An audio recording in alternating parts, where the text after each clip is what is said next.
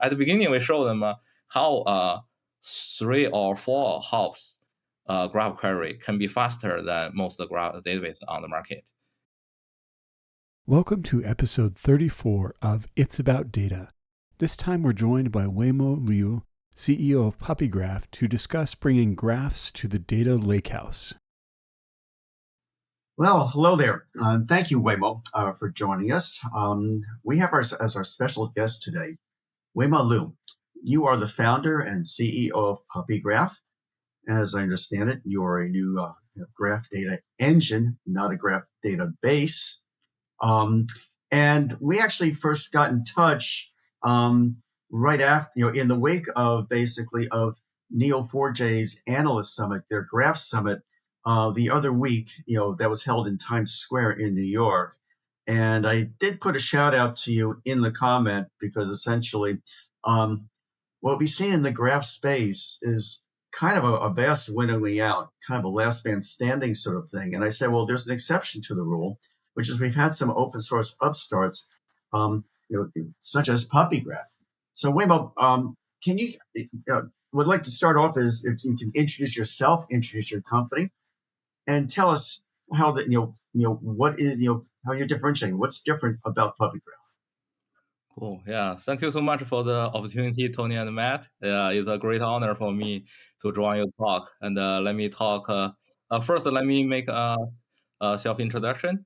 I'm the CEO of co-founder of PuppyGraph. Before that, I work at TigerGraph and Google F1 team. Yeah. So TigerGraph is a graph database startup, and Google F1 is the unified SQL query engine inside Google. It can query all the data format and the data source inside Google without moving the data, and it serves more than billions query per day inside Google. Oh, interesting. So, but it's just an internal product. This is not available on Google Cloud.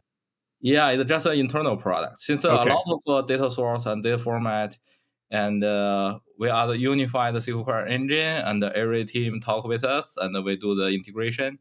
So you can run one single SQL query to join all the different data source. Got it. So is this essentially like you're an OEM for Google? No. So this is but this is inspire me to start a PuppyGraph. So PuppyGraph is kind of merge ideas of my previous two jobs. First, the graph database. Second, SQL query engine, and now totally makes sense. PuppyGraph graph query engine. Yeah. Well, so let me ask you this. Did any of that F1 research make its way into Google BigQuery? Because there's actually, Google BigQuery has a native storage engine, but it could do also federation and these kinds of things. Oh, this is an interesting story. Okay. At the beginning, every team have a SQL query engine. More like every team have a SQL data warehouse. And our team called F1 and another team called Dreamo. And maybe it's a half and half. And lately, since Snowflake gave a lot of big pressure to BigQuery, and Dreamo is the engine of BigQuery. And then the leadership decided that they hand over all the internal customer to F1, and they only focus on BigQuery. After that, BigQuery improved a lot, and now I think they have a much bigger market share. That's the established market, basically. I mean, that shouldn't be a great shock. I mean, the interesting thing is that when you look at most of the Google databases, now basically, I guess we'll exclude AlloyDB, which is definitely Postgres. But the other Google databases are essentially canonical data engines atop which they basically do projections. And so, for instance, like Spanner is a canonical data engine, and it's the same underlying engine for their document database as well. So, and BigQuery itself is not natively relational. In fact, they lack, I believe, primary keys. So it shouldn't be a great shock that there were different ways that the BigQuery engine could be exposed. Obviously, the big waiting market was we needed needed a data warehouse that we could use relationally. So it shouldn't be surprising in retrospect that that's where Google went. Oh, I think there's a little bit confusing for the naming. So BigQuery is exactly directly compacted with Snowflake is a SQL data warehouse. Yeah. And the big table thing is something more like a key value store. So is all of them are big, but the BigQuery and big table are different product. It's a But very true, but BigQuery is not natively relational. It's exposed that way, though. Because it's columnar. Yeah, right. yeah, BigQuery is a columnar and natively support SQL. Got And BigQuery is Big Table is some key value, more like a Right. key value things. Yeah. So is Sure. yeah. Yeah. Well, Sure. so that's, I mean, that inspiration is very interesting though.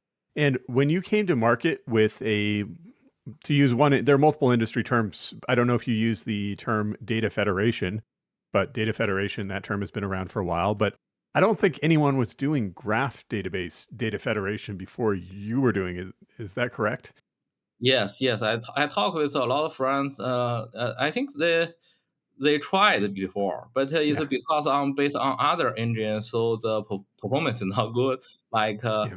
yeah, Philip shared with me that Neo4j tried to build something on top of Spark before, and also there is another famous product called GraphX, which is developed by Databricks, but because of the adoption is not very well, so I don't think they continually activity do the development. And Got it. also the Trino guy, also some from Trino also told me that they tried the idea before, Yeah. but if it's too slow, then the benefits is not that big enough to spend a lot of engineering resource on top of it. Got it. So, what was your secret sauce? What were you able to do that the others were not? Yeah, so since I know a lot of know-how about the graph query engine like a Telegraph when I was a Telegraph, and also a lot of SQL query engine since I worked for F1 also for many years. This make me think about what's the common things and what's the differentiator between the SQL engine and the graph engine. So then I realized that maybe we can take the advantage of both engine and trying to discard the uh, disadvantage of both, but only for graph. Since it's totally different direction to do the optimization, like graph have some operation rule and SQL have some operation rule. If you merge them together, then it will first optimize for SQL and then optimize for graph. It's not in the same direction. But there are some common things that both of them are handling OLAP, OLAP workload. So this is very different from graph database. So graph database have to be focused on OLTP first. And but in the SQL world, I think currently no product is handling both OLTP and OLAP at the same time. Since there is a term called HTAP, the hybrid transactional analytical processing, and but I think most company now gave up the idea, and even AWS even published a blog just announced that they won't do HTAP anymore. Well, Interesting. actually, no, we are seeing platforms. They may not call themselves HTAP or Translytical or Transylvanian or whatever. But for instance, like you see offerings such as Oracle MySQL HeatWave, Google Alloy DB, where you're pairing columnar and row stores. It may not be the major direction, but we certainly are seeing that. I mean, it's just I don't think I consider this like a breakout category per se. Yes, it's very hard to do something like HTAP since you need to optimize for OLTP and also at the same time you need to optimize for OLAP. Then the development design is super hard. But at the same time, some workable product HTTP products actually backend is just a two system Oh and yeah. trying to Yeah. sync the data between them. Yeah. So, but in this case, it's hard to compete with OLTP system like Postgres, and at the same time, it's hard to compete with the OLAP system like Snowflake, Databricks, BigQuery.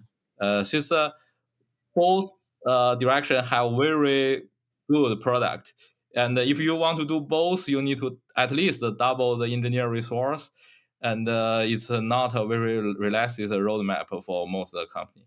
So I think currently most product dominant in the area is like Postgres, just only focus on OLTP.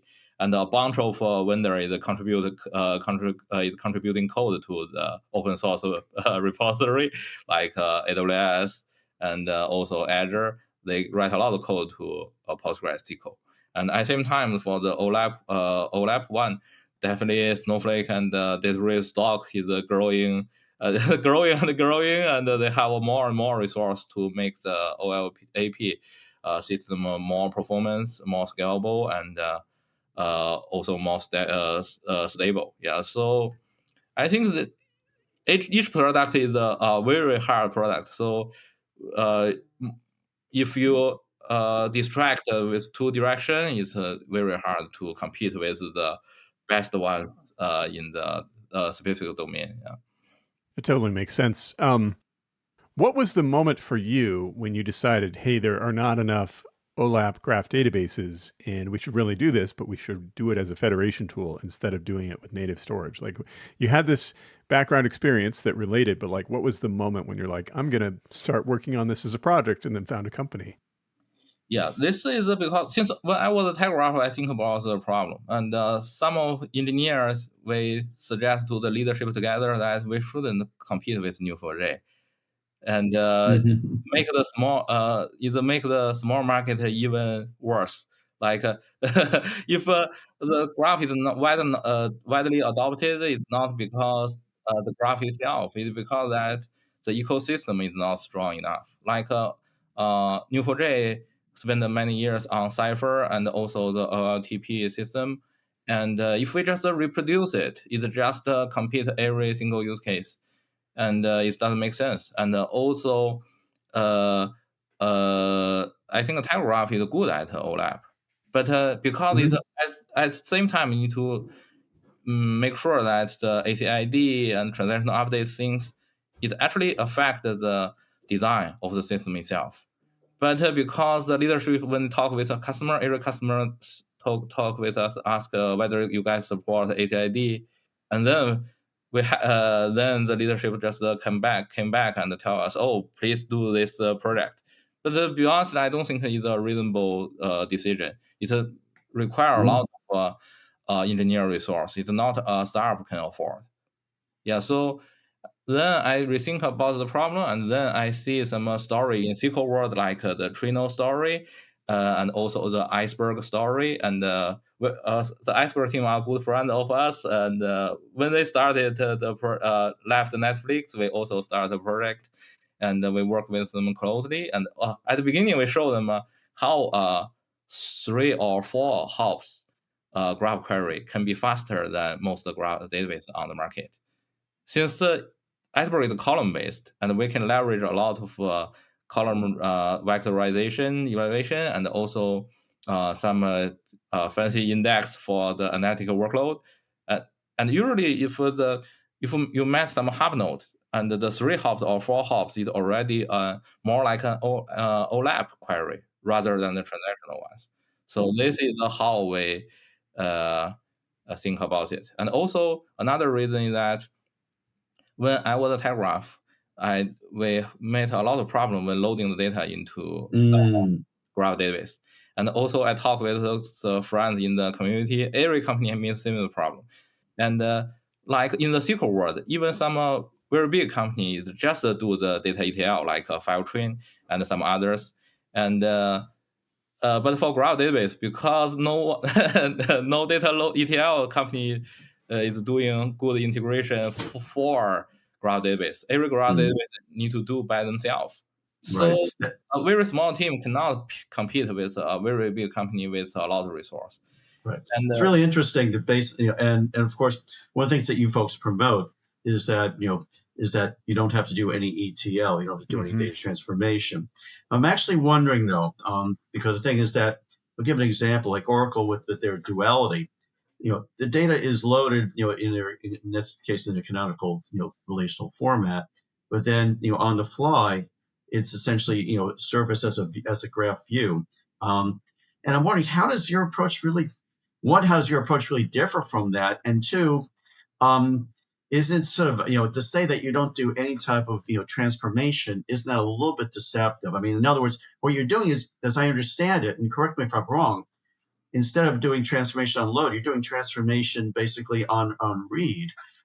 So can you kind of tell me a little bit in terms of like, does your approach differ from, let's say, what Oracle's already doing? And also, how do what's your whole transformation message there? I'd like to clarify that. Oh, so this is one. I think is one of the benefits of our design, that we bring more flexibility to our customer. So what we are doing is that first, you can imagine that if the table is normalized, and then it's pretty easy to define a graph schema on top of it. Like this table is type of nodes, that table is type of edge, and which column is from, which column is to. And because it's normalized, and we can have pretty straightforward to create a graph schema, and also it's mapping to the tables. And if it's more complicated, if it's data is if the data is not normalized or in some weird formation, and then we provide two options to a customer. One is that they just do the ETL inside their data source. Like if they already have data in data warehouse or data lake, they can just do the to generate tables based on the raw table or something else. And this is a very common practice in the industry, and there are a lot of big company working on this. Got it. So it's a pretty robust, and also they can set it hourly, daily, something like that, and make sure everything works well. And then we can create a graph schema and its mapping to the generated table. In this case, the user can get everything they're familiar, and then only when they have to use graph or have a big benefits for graph, they can use a small part as a graph. All the others they can use SQL, which is they are super familiar with, and there are a lot of tools to support that.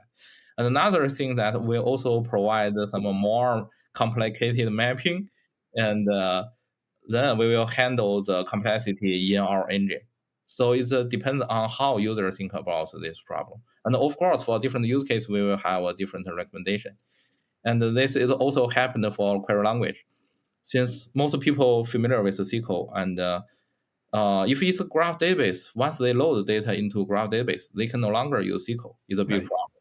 But now they can use SQL as much as possible, and only for the graph piece.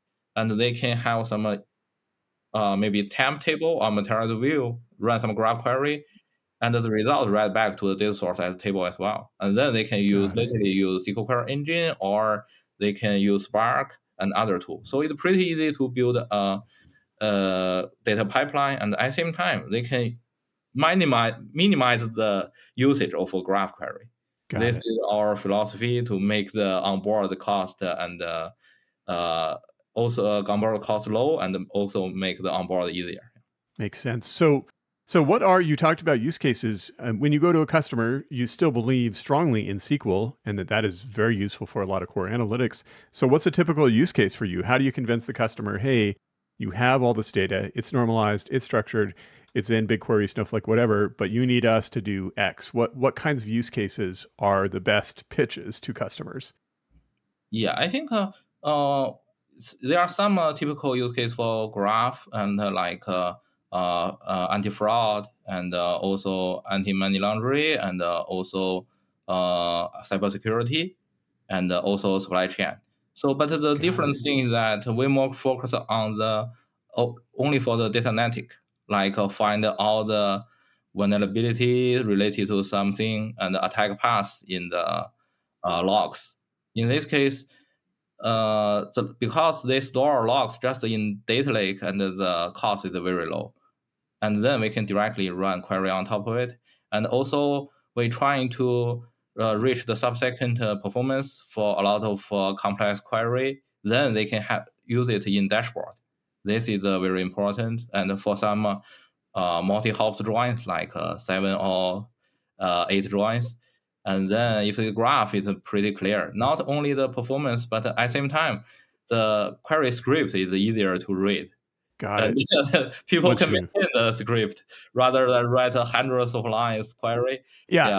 Agree. Or you're doing some kind of like crazy recursive SQL query that is unintelligible. And that's what I always tell my students about SQL. I'm like, SQL is typically the best language if your query can be expressed in simple terms in SQL. But there's like a threshold of complexity, and you get past that, and then suddenly it becomes a very terrible language. 100-line Yeah, queries are a classic example of that.